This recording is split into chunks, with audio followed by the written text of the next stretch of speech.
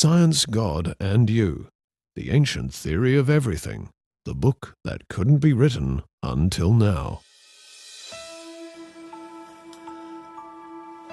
Yeah, you had a question. Where do we start?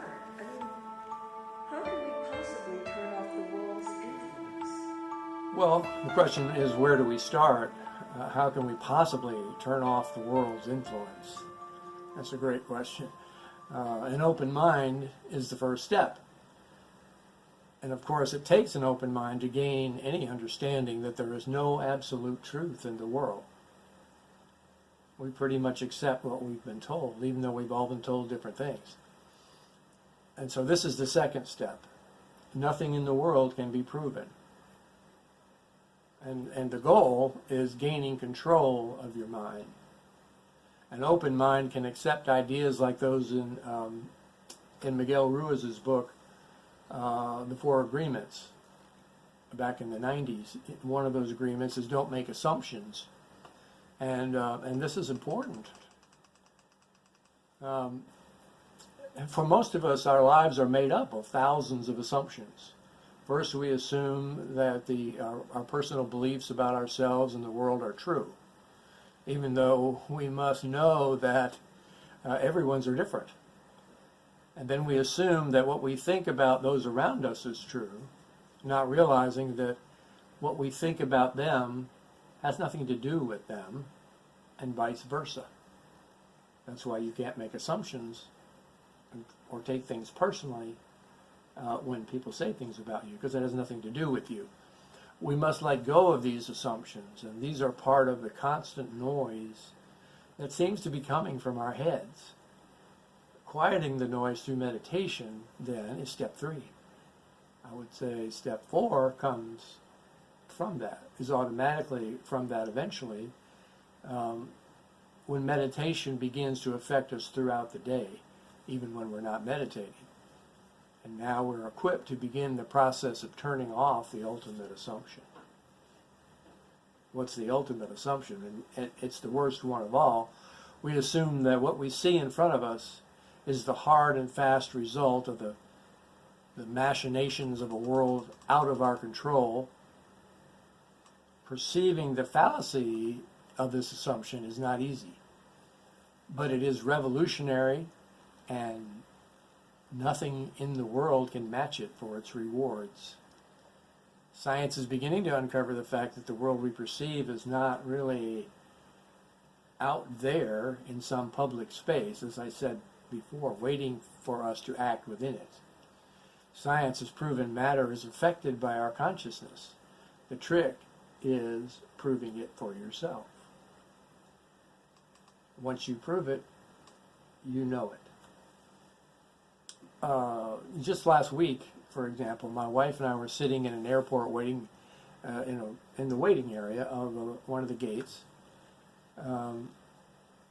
And just across from us, right in front of us, was a young couple with a very active, probably 3-year-old girl. The little girl was pushing her limits by running around the seating.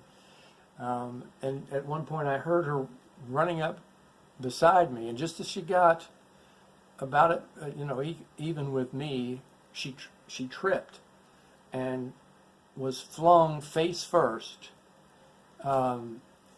straight into the corner of her mother's steel airport chair.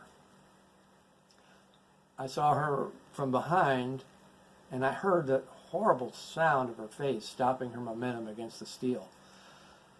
I couldn't tell which part of her face bore the brunt as she screamed, but her father scooped her up, her mother ran for help. It seemed obvious to everyone around that she had to be seriously hurt. But what are assumptions and what is real? My first mental reaction was the assumption that there was going to be a lot of pain and blood. But then I began to come to my senses, and I realized that that's just an assumption. It didn't have to be that way, and I began to focus very purposefully on seeing her as perfect, the reflection of a loving, spiritual God. She couldn't be hurt. I held that thought of her being unhurt and perfect, and a perfect child of God. as her father held her close while she was still screaming. After only maybe a minute or two, probably less than 2 minutes, the little girl looked up and I could see her face.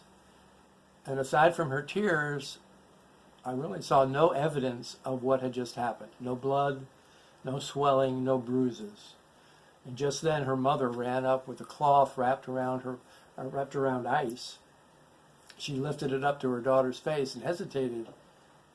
She clearly didn't know where to put it. The young couple were amazed and thankful their trip wasn't going to be ruined after all. So when you gain control of your mind, you become what? Fearless. And you become a positive influence on the world. You have learned there is nothing to fear. And as Jesus said, you speak with authority. So let's say to answer your question, the 4 steps to gaining control of your mind toward peace are: 1, an open mind; 2, seeking and gaining understanding, letting go of the world as absolute truth; meditation, and meditating the world would be 4.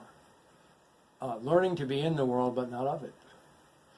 Yes, this is counterintuitive. It's as counterintuitive as it gets by the world's definition. But it's completely intuitive in spirit. And spirit is your natural state.